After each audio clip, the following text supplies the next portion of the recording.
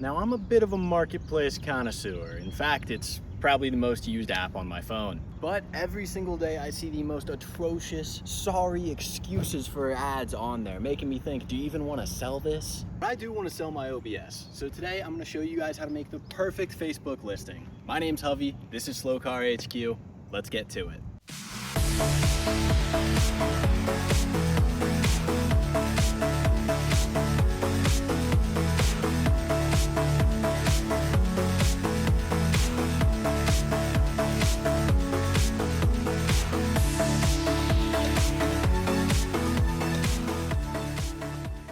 Now, I don't know where people got it in their heads that they can just slap a couple of lazy pictures of their old junk on Marketplace and get top dollar. But if you're too lazy to clean your car before posting it, you might as well just write in the ad, I'm too lazy to take care of this. And it's really not that hard to get your old truck ready for posting. We already did just a basic car wash and we vacuumed out the interior. If you guys don't know how to do that by now, then you probably shouldn't be listing your car anyway. But beyond that, we're gonna lay a coat of wax on this. We've already done a full 3-stage paint correction, but laying a coat of wax is gonna make sure that our paint really pops and that we do mask off any kind of imperfections, any swirl marks that might be in the paint, or anything that could stand out to a potential buyer. We're gonna hit our windows with glass cleaner. This stuff's awesome, this spray way. It's got alcohol in it, this stuff's fantastic. Then lay a coat of wax on your glass after you clean it and it's gonna look incredible. We've got this mag polish, 4-hour wheels. We're gonna shine them up. They're gonna look fantastic. We've got some pretty nice Eagle alloy wheels on this, and this stuff is gonna make it pop. And then to close it off, we've got this Meguiar's Hyper Dressing. We're gonna use this on our interior panels to make them look super shiny, and we're also gonna use this on our tires to make them look fantastic as well.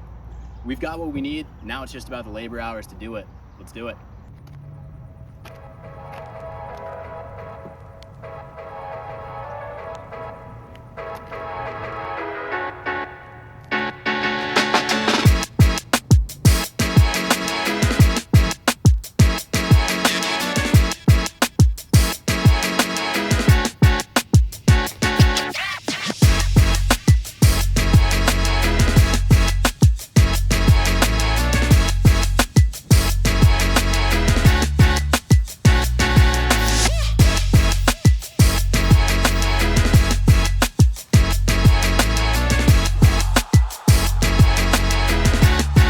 This paint might have seen some better days, but watch this.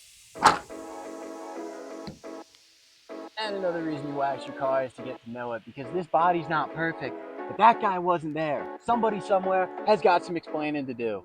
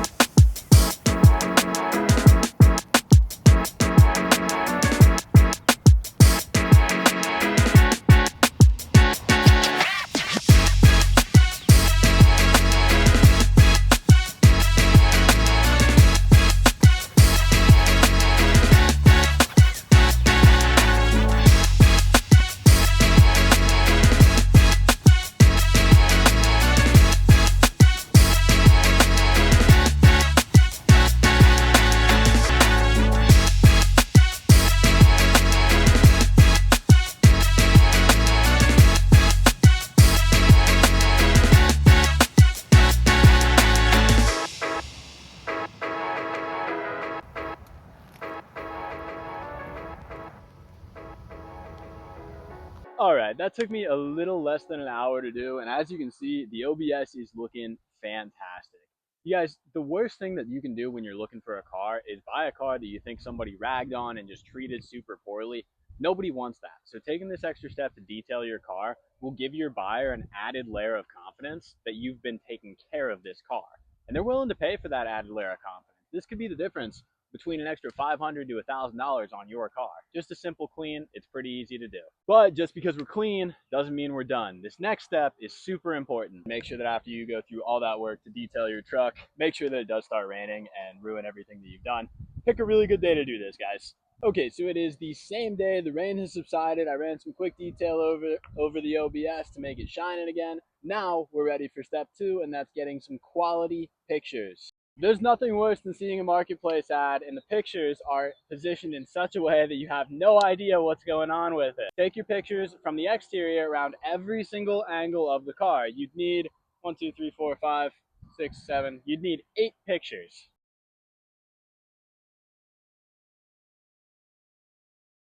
After your standard 8 exterior pictures, grab a picture of the tire, then turn the wheel and grab a picture of the tread on the tire. And it's a good idea to get a picture of the engine bay. And lastly, for the exterior, it's a good idea to highlight any imperfections. For us, it's going to be all the rust on this thing. For the interior, I grabbed 4 total pictures of things like the steering wheel, the seats, the door panel, the console on the other side, just trying to encapsulate as much as possible. The more detail, the better. And make sure that you don't have anything in here. If you've got any personal items or any trash, get rid of it before you take these pictures. And then it is a good idea to highlight anything else that you see about the car, whether that be damage or anything cool or things that you've replaced that you want highlighted. Nobody's going to complain that there's too many pictures. And there you have it. The OBS looks awesome and we got some killer pictures for the ad. Now all we got to do is write it up. A quality marketplace description should be concise, easy to read, and highlight the good and bad portions of the car that you're selling so that the buyer can get more informed and that you can justify your asking price. On the OBS, we want to highlight some of the major repairs that we did, including the master cylinder, the starter, the battery, and the wiring.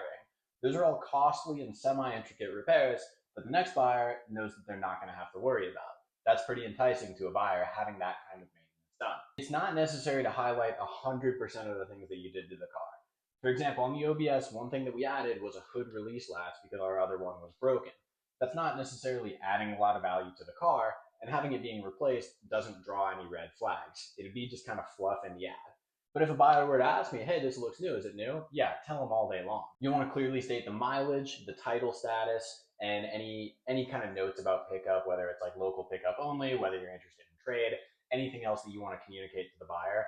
The entire point of writing your description is so that the buyer's informed so that they don't have to bother you with point. Hi, is this still available? Now we're at a point where the car is clean and ready to be showed. We got some awesome pictures and we got a killer description. We're ready to list that thing. For your asking price, do some market research, see if there are other similar cars in the area that have sold recently or are currently selling, and try to loosely grab your number from that. You can also use resources like Kelley Blue Book.